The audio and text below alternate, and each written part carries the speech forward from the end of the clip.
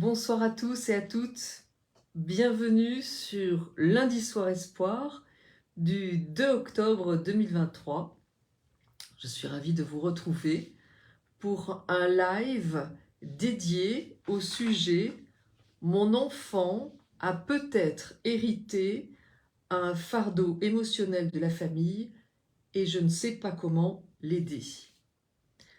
Voilà, donc ce soir, nous allons aborder vos craintes concernant la possibilité d'un héritage transgénérationnel auprès de vos enfants. Le temps que vous arriviez, je voulais vous préciser que pour ceux qui tiendront jusqu'à la fin de la vidéo, il y a un petit cadeau que je vais vous faire. Voilà. Bonsoir à toutes et à tous, Marie, Iris, Madena, Jessie, Nouquette, ravie de vous retrouver. Monique, Zabou, vous êtes très nombreux et nombreuses. Merci Isabelle, Sylvie d'être là. Alors, ce soir, nous allons aborder la question des héritages transgénérationnels qui pourraient impacter vos enfants.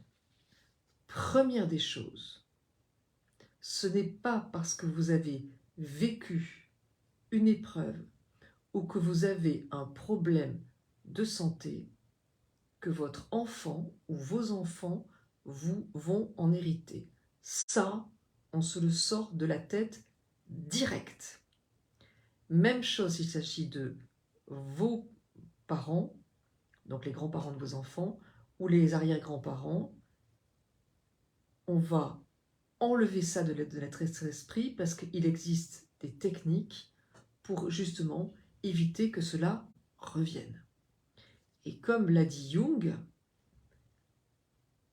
tant qu'on ne comprend pas un message, il se rejoue. À partir du moment où on comprend le message de l'épreuve ou de la maladie, il s'arrête. Donc c'est la bonne nouvelle de ce soir. Je vais vous indiquer comment faire justement pour que ça s'arrête. Alors, première chose, je vais vous expliquer un petit peu le point de vue transgénérationnel en quelques mots. Anne Ancelin-Schutzenberger est une psychologue psychothérapeute française qui est maintenant décédée, mais qui a travaillé pendant 20 ans, qui a fait des études cliniques sur le fait que certains fardeaux émotionnels, certaines épreuves de santé peuvent se rejouer d'une génération à une autre. Et elle dit cette phrase assez incroyable, après 20 ans d'études cliniques sur la question, c'est quelqu'un qui a une renommée absolument internationale, qu'il suffit parfois de prendre conscience des choses qui se rejouent entre notre famille et nous, et comprendre qu'on n'a pas porté ce fardeau-là, pour qu'on s'en libère d'un coup. Elle est comment dire, au chevet d'une dame de 35 ans qui va mourir d'un cancer. Ses jours sont condamnés. Elle a 3 mois, paraît-il, à vivre. Et elle a au-dessus de sa tête, cette dame, la photo d'une personne. Elle lui dit « Mais qui est-ce ?» Elle dit « C'est ma mère. » Et elle est morte à 35 ans du même cancer que moi. Et Anne Ancelin-Schutzenberger a juste l'intuition de dire « Ce n'est pas parce que votre mère est morte à 35 ans de ce cancer que vous êtes obligé de porter sa maladie. Vous n'êtes pas elle. » Et cette femme va vivre. Et ça va être un tel soulagement et un tel, pour cette femme, et un tel miracle en fait pour Anne Ancelin-Schutzenberger qu'elle va y consacrer le reste de sa vie, donc à cette étude. Et alors, bien évidemment, il ne suffit pas simplement de prendre conscience de ces choses-là pour que tout s'arrête. Évidemment, la maladie est multifactorielle, et donc, première chose, on va voir un médecin, ça c'est non négociable, on va voir un médecin, on prend des traitements, pour faire en sorte que la maladie, comment dire, les symptômes s'arrêtent ou s'atténuent, qu'on ne souffre plus. Et pour éviter que ça revienne, ou en complément, on fait ce travail pour savoir ce que cette maladie, elle a à dire de nous, comme le dirait le professeur de médecine Gérard Osterman. Qu'est-ce qu'elle a à nous dire, cette maladie? Qu'est-ce qui est perturbé à l'intérieur de nous et que cette maladie demande de rééquilibrer? Voilà. Donc on va voir un médecin, c'est la première des choses. Donc, et maintenant qu'on sait qu'il peut y avoir des choses qui reviennent, et d'ailleurs tous les médecins de famille qui voient depuis peut-être une ou deux, parfois 3 générations, une famille, savent combien il y a des choses qui se rejouent d'une génération à une autre. Donc il y a des choses qui se rejouent, mais on peut s'en libérer. Alors, comment on aborde ces points? Je vais aborder la question sous 2 formes. La première, pour les enfants de moins de 18 ans, et la deuxième, pour les enfants de plus de 18 ans. Et je vous expliquerai pourquoi. Donc, dans un premier temps, pour les enfants de moins de 18 ans. Donc, j'ai un premier exemple, c'est une question d'une maman qui me dit « Mon fils de 13 ans est en souffrance, mais elle ne lui appartient pas. Comment l'aider à s'en débarrasser alors qu'il ne peut pas faire les protocoles et je ne peux pas faire les protocoles à sa place ?» En effet, les protocoles de la clé de votre énergie, de trouver ma place, on les fait à partir de, en tout cas les protocoles 5 de recouvrement d'âme, les protocoles transgénérationnels, on les fait à partir du moment où on a 18 ans, à partir du moment où on est mature, à partir du moment où on est volontaire et que on est prêt à faire les choses. Si on n'est pas prêt, eh bien on ne le fait pas. Et surtout, n'insistez pas auprès de vos enfants, même s'ils ont plus de 18 ans, pour faire les protocoles, parce qu'il faut être prêt, je vais y revenir sur la question. Alors, mon fils est en souffrance, mais il ne lui appartient pas, comment l'aider à s'en débarrasser? Donc, là, pour ceux qui ont trouvé ma place, vous allez aller page 168. Mais vous inquiétez pas, je vais, pour ceux qui ne l'ont pas, et d'ailleurs, sachez qu'on peut le trouver aussi en bibliothèque, en médiathèque, voilà, pour ceux qui n'ont pas l'argent. Il y a un rituel, quelque chose que vous allez pouvoir faire. C'est-à-dire que, à partir du moment où on prend conscience que notre enfant vit quelque chose, une épreuve ou un problème de santé, et que c'est la même chose que ce que nous en a vécu, ou que c'est la même chose que sont vécu un des grands-parents ou l'arrière-grand-parent, eh bien, on va dans un premier temps lui dire, ce qui est inscrit donc page 168 de Trouver ma place, si tu devais poser une émotion douloureuse pour représenter ce que tu vis, ce serait laquelle? Parmi la peur, l'abandon, la tristesse, l'injustice, l'humiliation, la trahison, l'impuissance, la culpabilité, la colère et le rejet. Alors, s'il a 2 ans, bien sûr, vous ne lui posez pas cette question-là, mais on va y revenir. D'après la médecine chinoise, l'origine de ta maladie est peut-être en lien avec l'émotion qu'il vous aura donnée. Cette émotion, tu en as peut-être hérité de moi, ou tu en as peut-être hérité de la grand-mère ou du grand-père.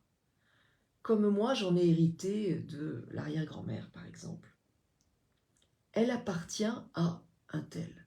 Et vous citez le membre de la famille qui a vécu ça, ou qui a vécu cette émotion.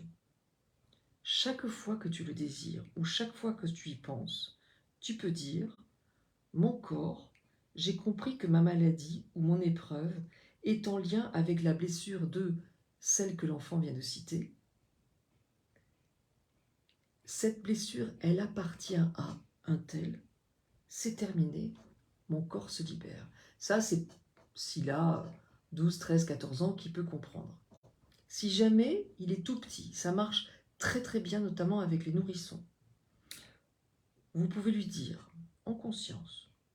Tu es malade parce qu'il y a des, par exemple, peurs en toi. Mais ces peurs appartiennent à, et vous citez le nom, à moi, à ta grand-mère qui a vécu la guerre. Ton corps se libère puisque cette maladie ou cette épreuve appartient à Josiane, Joséphine, Alfred, Philibert. Voilà. Je vais vous raconter l'exemple d'une personne qui était, comment dire, qui avait un petit-fils qui avait une sténose du pylore, c'est-à-dire qu'il régurgitait. Et il régurgitait tellement qu'il gardait rien à l'intérieur de lui et qu'il décide de partir à l'hôpital, aux urgences, parce que le nourrisson est au bord de la déshydratation. Et cette personne-là m'appelle en me disant « j'ai très très peur, j'ai un mauvais pressentiment pour mon petit-fils, c'est l'horreur, etc. » Bon. Elle part à l'hôpital et je lui dis, elle me parle de peur en fait, sans arrêt, j'ai peur, j'ai peur, j'ai peur. Bon. Je lui dis, est-ce que quand tu as eu ta fille, tu as eu peur de la perdre? Elle me dit, oh oui, j'étais tout le temps à l'hôpital, j'avais peur de la perdre, etc. Et toi, est-ce que ta mère a eu peur de te perdre? Oh oui, j'ai passé mes premières années à l'hôpital tellement j'avais des problèmes de santé, on a toujours eu peur que je meure. Et je dis, et encore avant, oui, ma grand-mère a perdu un enfant. Alors je lui dis, tu vas dire à ta propre fille de regarder son fils, qui était un nourrisson, en lui disant, tu régurgites parce que tu as des peurs en toi, mais ces peurs, c'est pas les tiennes. C'est les miennes. J'en ai hérité de maman, j'en ai encore hérité de ma grand-mère, parce que figure-toi que ton arrière-grand-mère, elle a perdu un enfant. Et cette peur, elle ne t'appartient pas. Elle appartient à l'arrière-grand-mère. Le nourrisson n'a plus jamais régurgité. Il avalait son biberon et 2 heures plus tard, il s'était reparti.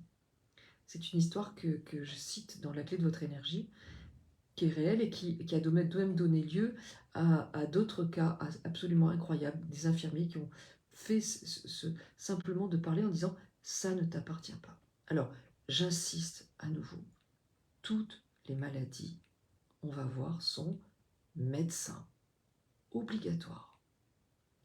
Et en complément, on se donne une chance de l'évacuer parce que cette maladie, cette épreuve, elle demande réparation, elle a quelque chose à nous dire, et c'est pas facile de le comprendre. Et c'est pour ça qu'en préambule, je disais, c'est important de demander à l'enfant comment tu le vis. Tu le vis avec de la tristesse, tu le vis avec de l'impuissance, de l'humiliation, tu es en colère, tu le vis comme un rejet, tu le vis comme une trahison de ton corps, comment tu le vis?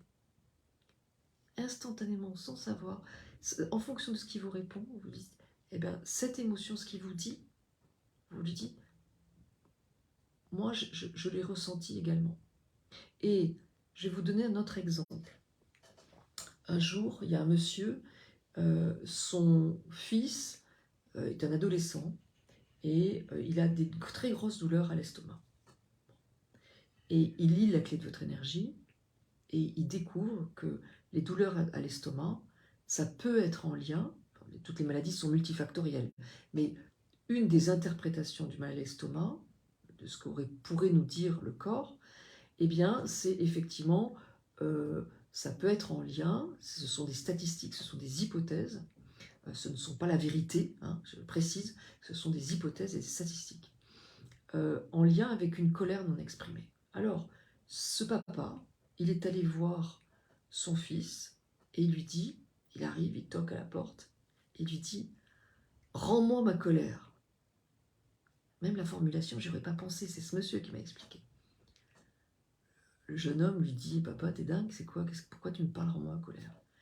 Il lui dit « Écoute, il y a quelque chose que tu ne sais pas, c'est que quand j'avais ton âge, j'avais moi aussi des douleurs à l'estomac. Et j'ai appris récemment que ça pouvait être en lien avec une colère non exprimée. Et je ne sais pas ce que toi tu ressens, Mais cette colère non exprimée, moi, je ne voyais pas à quoi elle avait un lien, mais en venant adulte, j'ai compris qu'elle était en lien avec ton grand-père. Ton grand-père qui a été abusé par un prêtre et qui n'a pas pu en parler.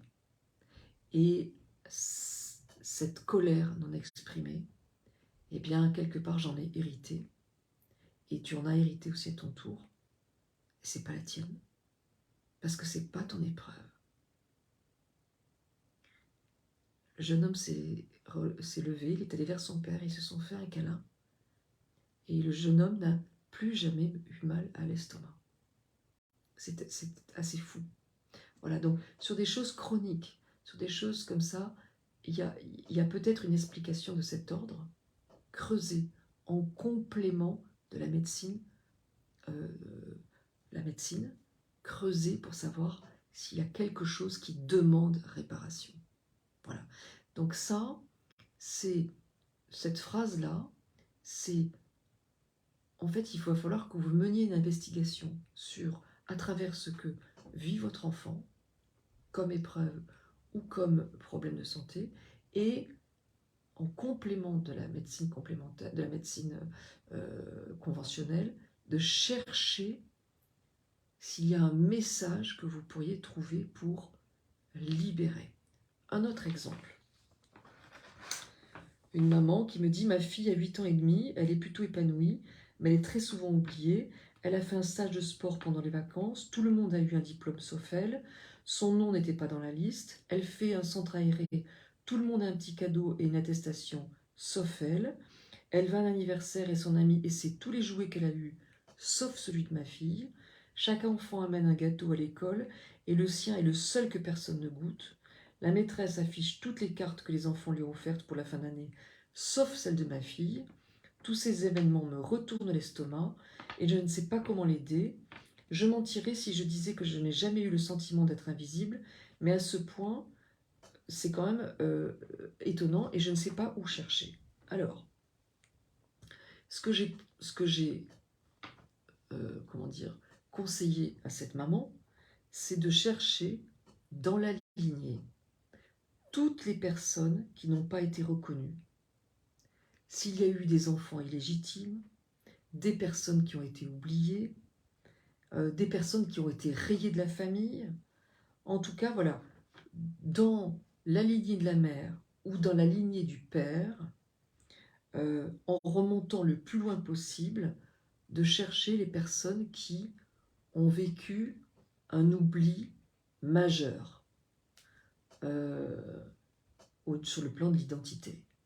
Et de dire à la fille de 8 ans que Tati Jackie a vécu ça, grand-papa a vécu ça, et il est peut-être que ce que tu vis est en lien avec ce que grand-papa a vécu, parce que il est mort à la guerre et on l'a jamais retrouvé.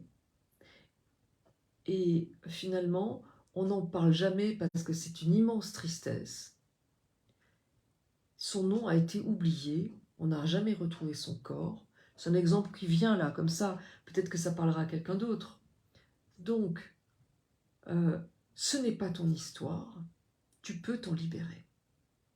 Ce n'est pas ton épreuve. Voilà. Tu es différente, ça lui appartient à lui.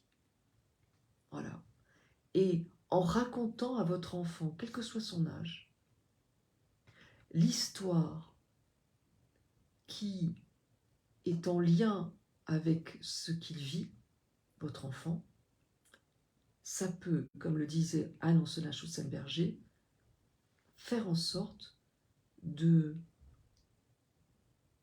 d'arrêter en fait ces blocages, ces épreuves, ces problèmes. Donc voilà, ça c'est important. Ça c'est ce qu'on peut faire pour aider nos enfants à se libérer de fardeaux émotionnels qui ne leur appartiennent pas. Je reprécise quelque chose de très important. Ce n'est pas parce que nous avons vécu quelque chose que notre famille a vécu quelque chose, que vos enfants vont vivre la même chose. Je ne veux pas entendre « j'ai eu un cancer, j'ai peur que ma fille vive un cancer, ait le même cancer. Ma grand-mère a eu un AVC, j'ai peur que mon enfant ait un AVC. » Vous vous sortez ça tout de suite de la tête, sinon je me fâche. C'est toujours dans l'autre sens que ça marche. C'est-à-dire que c'est l'enfant, tant qu'il n'a pas vécu, il ne l'a pas vécu et il le vivra peut-être jamais. Donc, sortez-vous ça de la tête.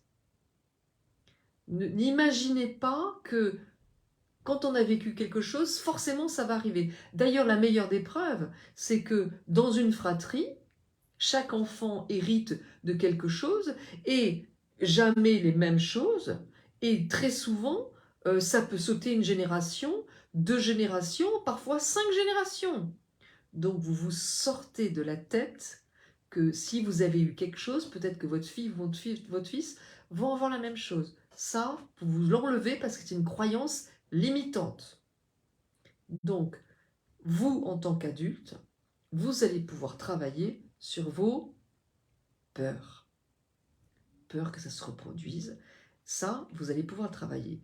On a dit dans un premier temps, c'est ce qu'on fait à nos enfants, ce qu'on leur dit en disant « ça t'appartient pas, ça appartient à tati, machin, papy truc, ou arrière-grand-mère, machin chose. » Voilà.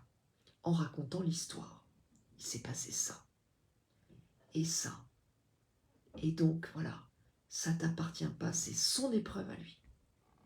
Ok? Donc ça, c'est clair. Ce que vous allez pouvoir faire, vous, de votre côté, c'est que vous allez pouvoir faire les recouvrements d'âme, protocole 5 et protocole 6. Si vous avez trouvé ma place, le protocole 6+. Bon. Et autrement, c'est dans la clé de votre énergie. Pourquoi ? Un rapide comment dire, retour sur des petites choses, ça fait un petit moment que je ne l'ai pas redit. Quand on vit une épreuve, on perd de l'énergie. La bonne nouvelle, c'est que cette énergie, on peut la récupérer et que j'ai partagé à travers mes recherches journalistiques pour la télé, pour Géo, pour plein de différents magazines. J'ai interviewé des chamans, des énergéticiens et que j'ai compris comment qu'il existe des rituels que moi j'appelle des protocoles qui nous permettent de récupérer cette énergie à l'intérieur de nous. Et c'est le protocole 5. Ça s'appelle un recouvrement d'âme. Dans certains pays, ça s'appelle le rappel d'âme. Tous les pays ont un recouvrement d'âme. C'est quelque chose qui existe depuis la nuit des temps. Je ne sais pas comment ça marche. Ça marche. Vous êtes des dizaines de milliers de personnes à l'avoir testé et ça fonctionne. Donc, et j'explique d'ailleurs dans Se donner toutes les chances avec des médecins pourquoi ça marche. Bon, le pouvoir de notre cerveau est fabuleux là-dessus. Donc, la raison pour laquelle on ne va pas pouvoir faire le protocole à nos enfants s'ils ont moins de 18 ans, c'est qu'un recouvrement d'âme, on va se reconnecter avec quelque chose de l'ordre de notre mission d'âme. Et pour ça, il faut être mature. Si c'est trop tôt, ça peut être très, très, très embêtant. Ce n'est pas anodin. Ces protocoles-là ne sont pas anodins. Il faut être prêt. Certaines personnes d'entre vous m'ont dit « ça fait 1 an que j'ai votre bouquin et je n'ai pas encore commencé les protocoles ». Quand vous serez prête ou prêt, vous le saurez et vous le ferez. Écoutez-vous. Voilà. Mais à un moment donné, on se dit « allez, je me lance ». Et parfois, il vaut mieux faire et se tromper que de rien faire du tout. Parce qu'on sent une telle énergie qui revient que c'est formidable. Donc, vous faites ce protocole 5, recouvrement d'âme suite à une épreuve. On n'a pas besoin de citer l'épreuve. On fait ça tout seul, chez soi, tranquillement. Ça prend quelques minutes et ça vaut la peine d'essayer, vraiment. Et ensuite, il y a le protocole 6+, qui consiste à récupérer notre énergie, mais également à faire en sorte de se libérer des fardeaux émotionnels de notre famille. Et là, vous allez travailler en faisant le protocole 6+, avec tous les membres de la famille qui ont vécu ce genre de choses, une épreuve qui rappelle ce que les enfants ont vécu, un problème de santé, etc. Vos peurs, vos angoisses, votre impuissance, l'injustice, la colère, tout ce que l'enfant a dit ou vous, eh bien, vous travaillez de votre côté avec le protocole 6+, avec votre père, avec votre mère, avec votre grand-mère, avec votre grand-père, avec la grand-mère si vous en avez une ou si vous avez des informations. Vous prenez votre temps, vous faites une séance de protocole avec 1, 2, 3 protocoles de ce type-là, maximum. Et on arrête. On attend 15 jours, 3 semaines, et on reprend. Si c'est 1 mois et demi, 2 mois, 6 mois après, c'est très bien. Vous le faites à votre rythme. Et encore une fois, les enfants ne peuvent pas le faire parce qu'il faut être mature, décisionnaire et prêt. Sinon, il peut y avoir vraiment des problèmes. Donc, voilà, il faut faire après 18 ans. Pour les enfants qui ont plus de 18 ans, voir vos enfants, si, imaginons vous avez 60 ans, et vous dites mon enfant qui a 35 ans, j'aimerais beaucoup qu'il fasse, il est en train de revivre sur le plan amoureux ce qu'a vécu tonton Jasper, j'aimerais qu'il fasse un protocole 6+ avec le tonton Jasper pour qu'il ne vive pas la même chose. Bon. Et si vous en parlez à votre fils et votre fille qui vous dit écoute pas tout de suite, ça veut dire non. Et il le fera quand il sera prêt.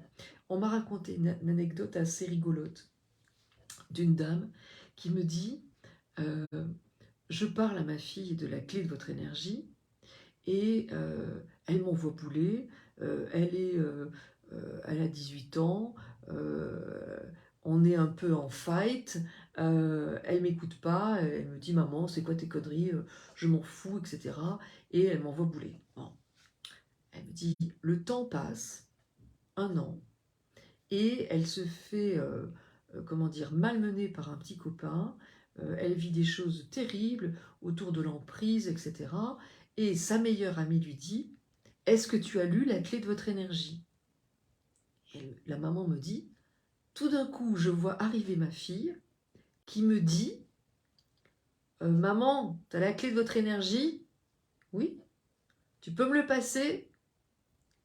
Donc, n'hésitez pas à l'offrir à vos enfants.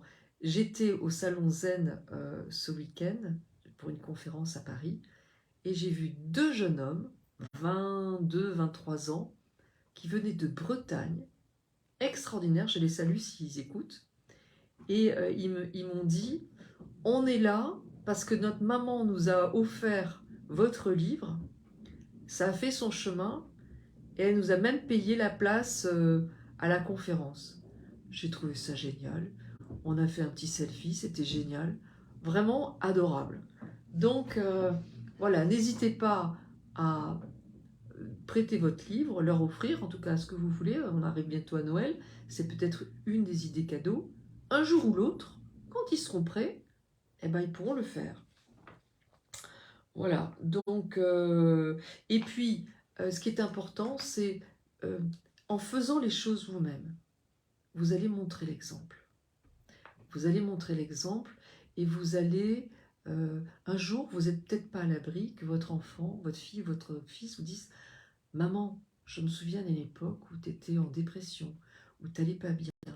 Puis tout d'un coup, un jour, tu as re-eu la pêche, tu étais bien, il y a quelque chose qui s'est passé différemment. Qu'est-ce que tu as fait ?» Et vous pourrez partager et dire « Ben voilà, c'était un long travail. J'ai commencé à faire des choses. Alors, il y a mes techniques, il y en a plein d'autres. Hein. J'ai vu un psy, j'ai fait des différentes thérapies, je suis allée voir un naturopathe, un kinésiologue, j'ai fait des séances de FT, de MDR, etc.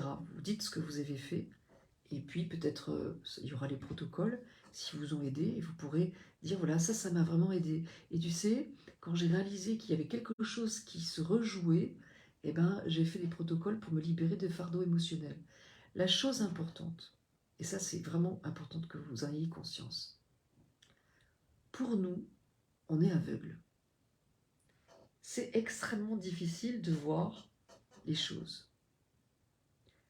On les voit beaucoup plus facilement chez l'autre, chez la voisine, chez la copine, chez la collègue, chez notre enfant ou chez notre parent. Donc, considérez que si vous voyez quelque chose chez votre enfant, eh bien, il est potentiellement un miroir de vous-même, notamment par rapport aux blessures. Si vous dites « Oh là là, mon fils, il a la blessure d'abandon », c'est sûr à 100%. Il y a de grandes chances pour que vous ayez la même. Mon fils ou ma fille, elle vit de l'injustice non-stop.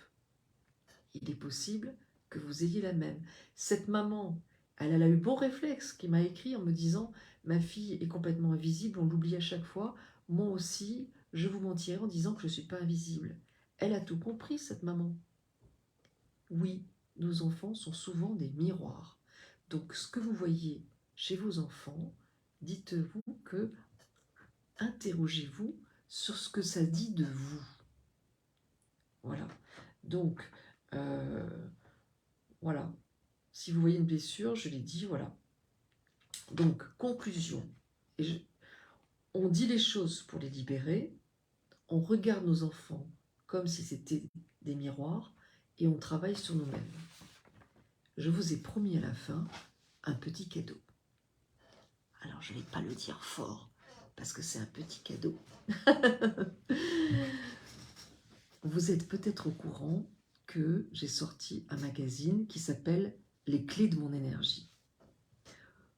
Pour celles et ceux qui souhaitent s'abonner et qui ne sont pas encore abonnés, vous pouvez aller sur Prisma Shop, c'est en un seul mot, Prisma, P-R-I-S-M-A-S-H-O-P, les clés de mon énergie, et vous pouvez vous abonner au numéro, il y a le 1 et le 2 qui sont sortis, vous pouvez vous abonner juste pour le 1, juste pour le 2, ou pour une année, bon, on peut s'arrêter quand on veut, mais il y a une réduction. Je vais vous faire bénéficier d'une promotion, alors qui va durer qu'un certain temps. Vous écrivez, donc avez-vous un code promotion, et vous écrivez énergie en majuscule sans accent, E-N-E-R-G-I-E, sans accent, tout en majuscule. Voilà. Le dernier post, si vous voulez avoir des informations sur ce magazine, l'avant-dernier post concerne ce magazine, et juste avant l'annonce de ce live, en fait, je parle de ce magazine et je montre en fait le contenu. Il y a des choses vraiment sympas, et dans le 3, je vais donner mes conseils d'écriture. Voilà. Donc, c'était mon petit cadeau pour vous. Merci Marie-Pierre, votre magazine est super, c'est super chouette. Donc, c'est adorable. Donc voilà, c'est un temps limité. Donc, c'est pour vous faire bénéficier voilà, de ce petit cadeau pour ceux qui souhaiteraient s'abonner pour la durée que vous souhaitez. En tout cas, j'y mets le maximum. C'est une aventure extraordinaire. J'ai une équipe fantastique.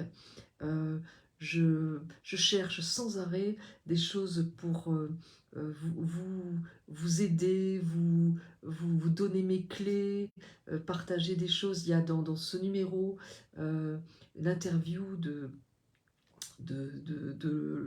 Laurent Gounel qui indique son rituel de sérénité, et vraiment c'est magnifique. Et dans le prochain numéro, j'ai interviewé un homme qui nous donne comment gérer notre hypersensibilité. Vous allez trouver qui c'est ? Le petit lien là-dessus. Voilà. Je vous embrasse tous, avec le cœur. J'espère que vous allez bien, et à très vite. Voilà, on se retrouve en novembre, le premier lundi du mois de novembre à 20h15 pour le prochain lundi soir espoir. Je vous embrasse avec le cœur. Merci de votre présence, de votre générosité, de votre bienveillance. Je vous adore.